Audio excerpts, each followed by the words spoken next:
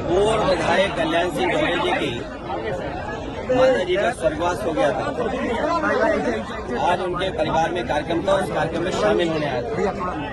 इस दुख की घड़ी में और जो कार्यक्रम माता जी के ना रहने पर संपन्न हो रहा है, उस कार्यक्रम में मैं शामिल होने आया था। ये कन्नौज क्षेत्र और इनका गांव और आसपास का क्षेत्र हम लोगों के लिए नया नहीं है। राजनीति की जब शुरुआत हुई थी, इसी क्षेत्र के लोगों से मिलकर के और इसी क्षेत्र के लोगों ने समाजवादी पार्टी को आगे बढ़ाने का काम हमेशा किया। भैया पीडीए फार्मूला पे क्या हरियाणा में चुनाव लड़ेगी सपा?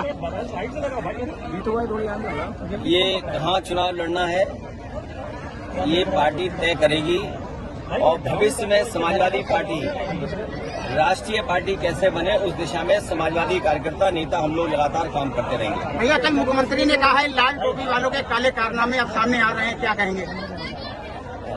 देखिए, कभी कभी लोगों को सदमा लगता है। आप सब लोग जानते हो, जब सदमा लग जाता है तो कुछ लोग बोलते हैं और कभी किसी के चोट लग जाए तो कुछ और बोलते हैं। जो लाल रंग है उसको समझना पड़ेगा। ये लाल रंग क्रांति का है, लाल रंग हमारे इमोशंस का है, ये लाल रंग मेल मिलाप का है। ये कार्यक्रमों का हमारे जब बहुत पारिवारिक कार्यक्रम होते हैं उसमें सबसे ज्यादा रंग अगर कोई दिखाई देता है तो लाल रंग दिखाई देता है। हम जब खुश होते हैं तो आप देखते होंगे हमारे चेहरे लाल हो जाते हैं, दुखी हों तो हमारे चेहरे लाल हो जाते हैं। ये लाल रंग इमोशन का है। हमारे मुख्यमंत्री जी इमोशन नहीं समझ सकते हैं। और देखो, हमारे यहाँ तो बाल भी हैं सर पे, तो कम से कम ये टोपी उन लोगों के भी काम आ सकती है जिनके बाल ना हो, गंजे जो लोग हों। और देखिए, जो काले रंग की टोपी आप पहनते हैं उनका तो काले ही सब कुछ काला होगा, इसलिए काले पे बहस नहीं कर रहे हम। हमारा लाल रंग मेल मिलाप का है, अगर खुशी का है, त्योहारों का है। हमारी देवियों के जितने कार्यक्रम संपन्न होते हैं, दुर्गा माँ का लाल रंग, हमारे पारिवारिक कार्यक्रम होते हैं, लाल रंग सबसे ज्यादा इस्तेमाल होता है। आखिरकार नाराजगी क्या है? इसीलिए मैंने कहा ये जो हार का सदमा है, जो हार की वजह से सदमे से नहीं उभर पा रहे हैं, इसलिए उन्हें हर जगह लाल रंग दिखाई दे रहा है। भैया कई स्टेशनों के नाम जो है वो चेंज किए गए हैं, उसमें आपका भी ट्वीट सामने आया है। आज अस्पतालों की हालत क्या है? आज अस्पतालों की हालत क्या है? जो अस्पताल बनाए गए थे समाजवादी सरकार में, वो भी अस्पताल नहीं चला पा रहे। स्कूल की व्यवस्था ठप हो गई। बच्चों को जो फल मिलते थे वो नहीं मिल पा रहे हैं। खाना जो स्वादिष्ट मिलना चाहिए वो नहीं मिल पा रहा है। ड्रेस नहीं, कपड़े नहीं, उनके पास पढ़ाई के लिए कोई इंतजाम नहीं। और जो महंगाई बढ़ गई है, इन्हें लाल रंग याद आ रहा है, लेकिन जो महंगाई बढ़ गई उसका याद नहीं आ रहा है इनको। जो बेरोजगारी फैली उसके बारे में नहीं बोलेंगे। तो ये तमाम सवाल है जिन सवालों का सरकार के पास जवाब नहीं। कन्नौज के लोग क्यों भूल जाते हो? इसी जिले में एक बेटी को बताओ पिता क्या चाहता था। इसी जिले में क्या एक बेटी को नहीं लटका दिया गया, जान नहीं चलेगी उसकी? कोई चर्चा कर रहा है उसके बारे में? और बगल का जिला है, दो लोगों की जान गई, कि हत्या की गई, कि आत्महत्या कर ली। सरकार के पास क्या जवाब है?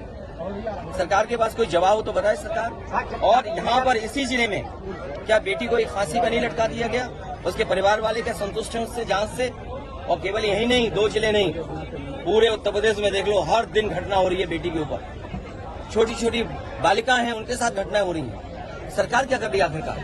सरकार इसीलिए जानबूझ करके इधर उधर वाली बात कर रही है क्योंकि वो सरकार की जिम्मेदारी है कि सुरक्षित हमारी माताएं बहनें रहें। कोई दिन नहीं जा रहा जिस दिन चेन स्नैचिंग नहीं हो रही हो।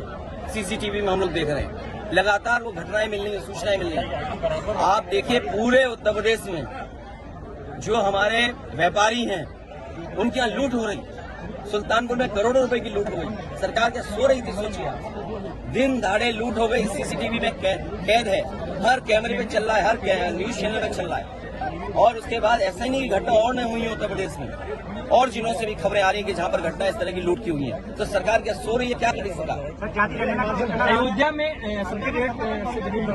देखिए, गरीबों से जब जमीन ले ली गई, जब गरीब ये मांग कर रहा था कि वहाँ पर सर्किट रेट बढ़ा करके 4 गुना और 6 गुना मुआवजा दिया जाए।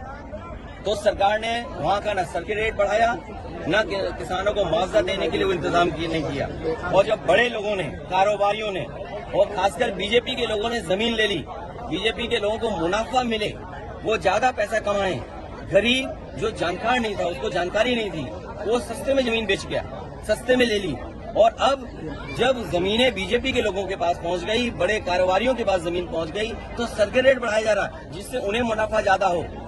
हम लोगों की ये मांग थी कि किसानों से जमीन ली जाए तो सर्किट रेट बढ़ा करके ली जाए, तब सरकार ने सर्किट रेट नहीं बढ़ाया।